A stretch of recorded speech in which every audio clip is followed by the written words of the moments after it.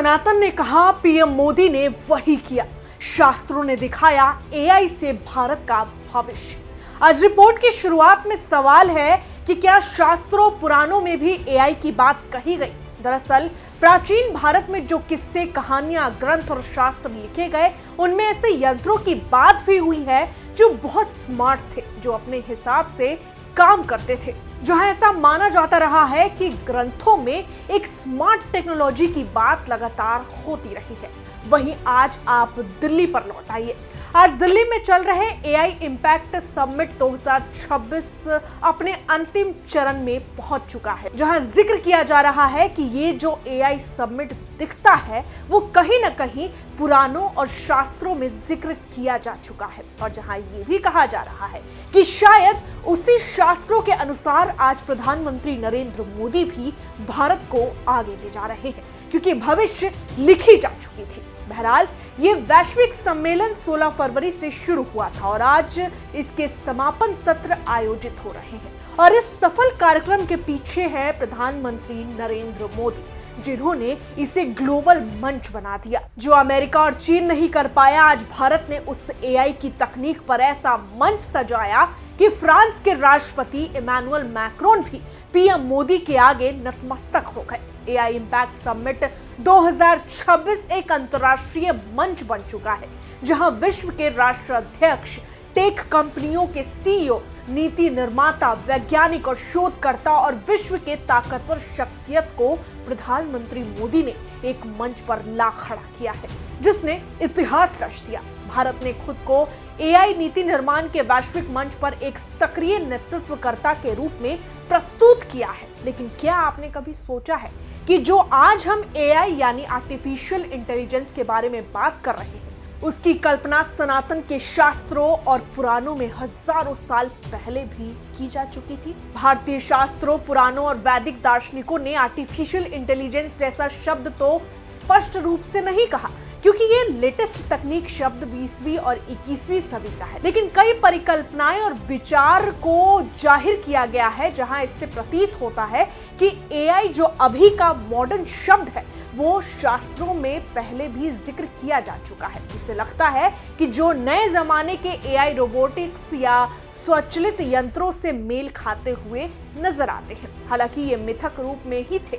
रामायण और महाभारत में कुछ लेखकों और शोधों ने रामायण महाभारत में ऐसे यंत्र का जिक्र पाया है जो मानवीय सहायता करते थे, मतलब इंसानों को मदद करते थे और काम करते थे। जी हाँ, रामायण, महाभारत, वेद और पुराण, इनमें ऐसे यंत्र, अस्त्र और शक्तियां हैं जो आज की स्मार्ट मशीनों और एआई जैसी लगती है। और अब सोचिए कि प्रधानमंत्री नरेंद्र मोदी ने एआई समिट 2026 जब आयोजित किया, तो इससे सवाल जरूर उठे कि क्या ये सिर्फ टेक्नोलॉजी का सम्मेलन था, या उन्होंने सनातन ज्ञान और शास्त्रों से प्रेरणा लेकर भारत को दुनिया के एआई मंच पर लाने का सपना देखा।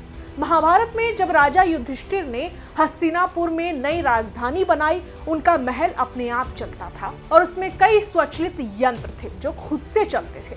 कुछ लोग इसे आज की एआई जैसी बुद्धिमत्ता कहते हैं, लेकिन तब इसे लोग सिर्फ माया और मंत्र शक्ति कहते थे। यानी प्राचीन भारत में भी स्मार्ट मशीन जैसी सोच थी।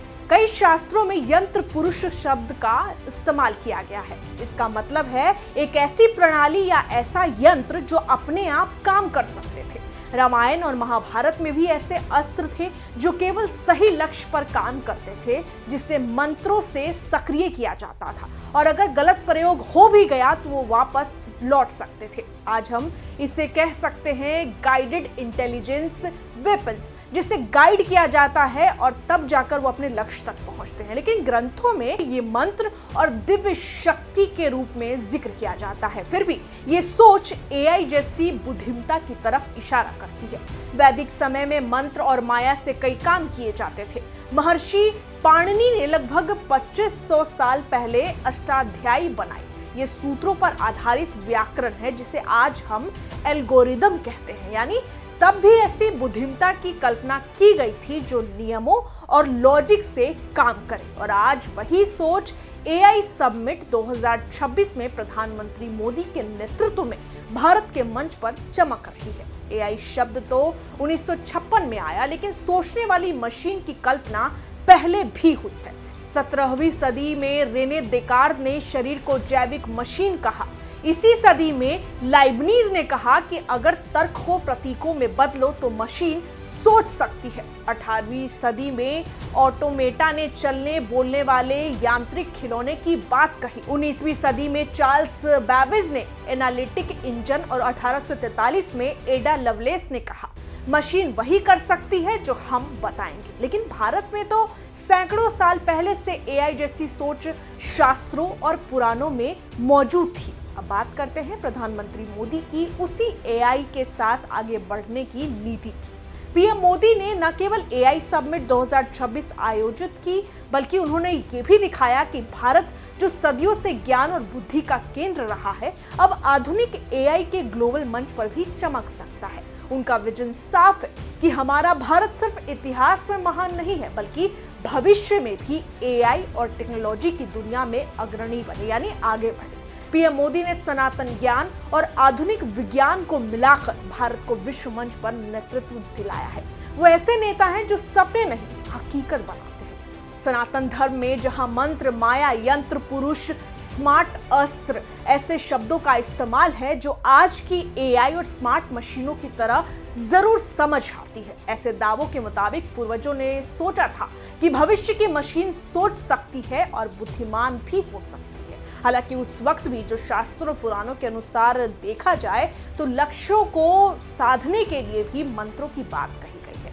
और आज पीएम मोदी ने उस कल्पना को ग्लोबल मंच पर हकीकत बनाया। सोचिए, हजारों साल पहले जो हमारे शास्त्रों में लिखा था, आज पीएम मोदी के नेतृत्व में सच हो रहा है। तो अगली बार जब आप एआई, रोबोट और स्मार्ट मशीन की बात सुने, याद रखिए, ये सिर्फ आधुनिक तकनीक नहीं, ये प्राचीन परंपरा, सनातन ज्ञान और पीएम मोदी की दूरदर्शिता का कमाल है।